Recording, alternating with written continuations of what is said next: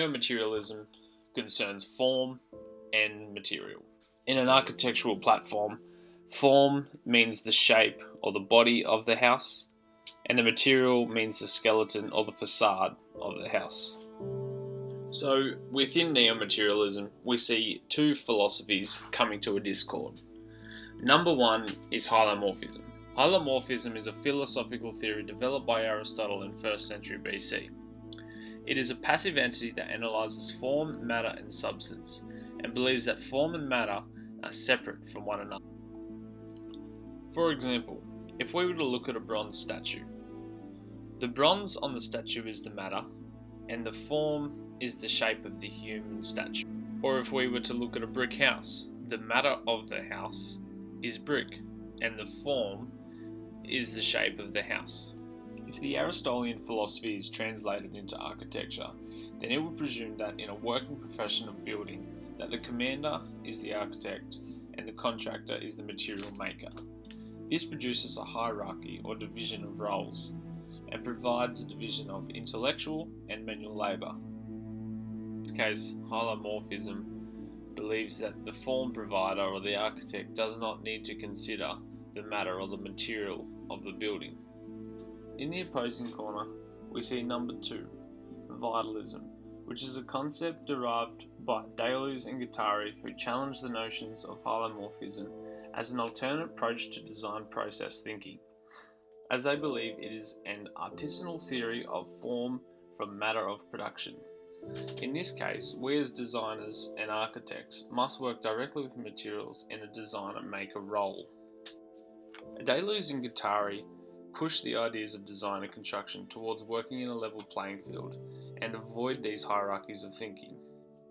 If we were to go back to the statue, this means the substance of the statue and bronze will be moulded and distorted into the shape of the human statue. During the design process of the brick house, the designer must understand how the mortar will lay out each brick to piece together the form of the building. In this case, the architect must understand the material or the matter of the building before the spaces and places form can be generated and prototyped. So where does Frank Gehry's Guggenheim Museum, Bilbao, in 1997 sit in this neo-materialist division?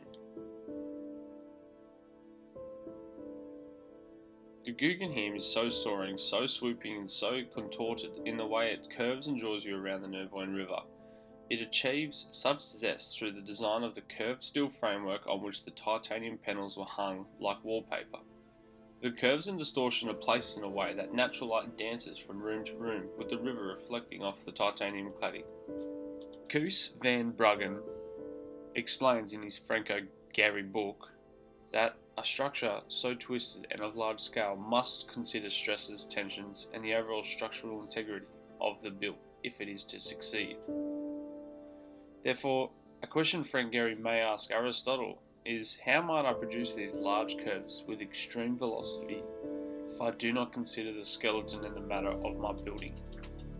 It is obvious that Gehry has a more neo-materialist approach towards his design process and towards how he constructs his buildings. The materials and construction matters that he employs are heightened by his use of digitalism in the design process. Before construction, Gehry commenced work closely with various contractors, engineers and stakeholders to pass various challenges in the design process and to finally select the material that will best enhance the form of the building. The three materials harmonise in a way to offer great visual effect as well as hold the interior spaces with integrity.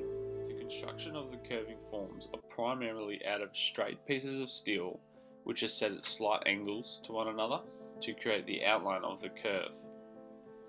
So it is noticeable that Gehry uses a materialist approach or a focus to generate ideas, create design decisions and dictate the shape or form of this building. CATIA software, initially for the aerospace industry, was employed to translate the concept of the structure to help during construction decisions. Andre Petronalis, Algorithmic Thinking in Design and Construction, 2008, explains the use of CATIA in the Guggenheim's design process as so crucial the building could not have been constructed without it. These technologies narrow the gap between representation and building. If we were to stand the Guggenheim Museum Bilbao next to a building designed with the Aristotelian philosophy, the distinct difference would be mind-blowing. The Guggenheim in Frank Gehry has so much evidence of a materialist-focused approach to the design process that shows their persistence to block hierarchical thoughts where materials come second to form. With the 33,000 titanium panels painted around the cleverly articulated steel beams and columns, with limestone and glass, the curves and unorthodox shapes of this building may not have been possible. So we apologise, Aristotle, as your philosophies are very insightful, though, as architects we must understand the matter just as much as our form if our buildings are to stand, shelter, and of course be successful.